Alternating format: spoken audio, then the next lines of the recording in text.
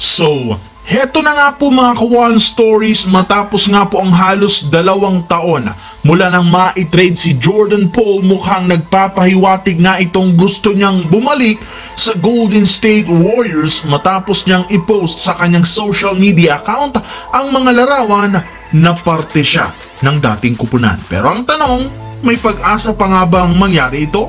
Well, tara't alamin natin yan dito at pag-usapan ng balitang trade sa pagitan ni Tyler Herro at Brandon Ingram. Pero bago yan, please don't forget to hit the notification bell at mag-subscribe sa aking channel.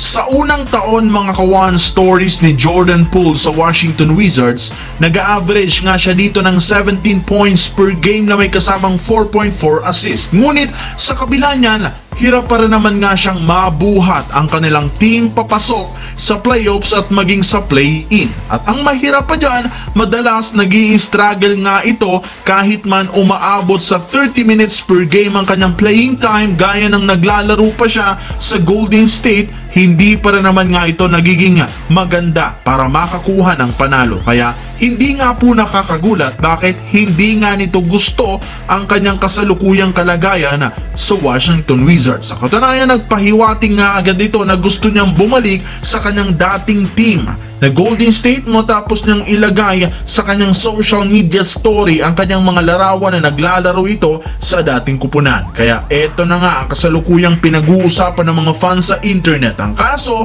isang malaking katanungan, maaari pa nga ba itong mangyari?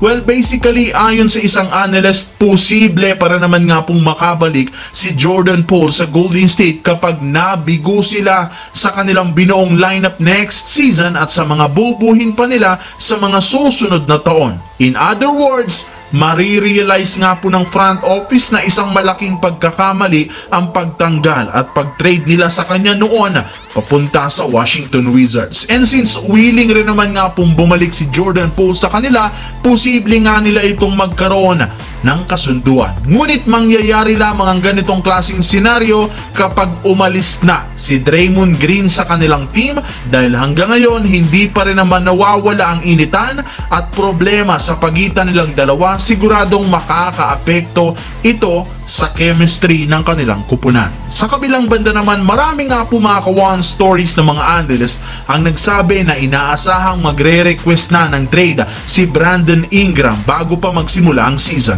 Hindi na rin naman nga ito uma-attend pa sa mga nakalipas na training camp at expected mangyayari ulit ito sa mga susunod pang practice. Sa madaling salita, nangungunang kupunan ngayon na posibleng kumuha sa kanya ay ang Miami Heat na nangangailangan ng legit superstar para kina Jimmy Butler at Bam Adebayo. Pero kahit man nga isang magandang plano ang pagkuha ng Miami kay Ingram, mahihirapan nga silang makabuo ng isang package na ipang-aalok sa Pelicans. Sa katunayan, kakailanganin nga po nilang tapatan ang kasalukuyang kontrata nito na $36 million kung saan mapipilitan nga silang isama sa package si Tyler Herro. Bukod dyan, dapat rin naman nga nila itong bigyan ng bagong extension para manatili sa kanilang lineup ng mas matagal kung kukunin man siya mula sa Pelicans.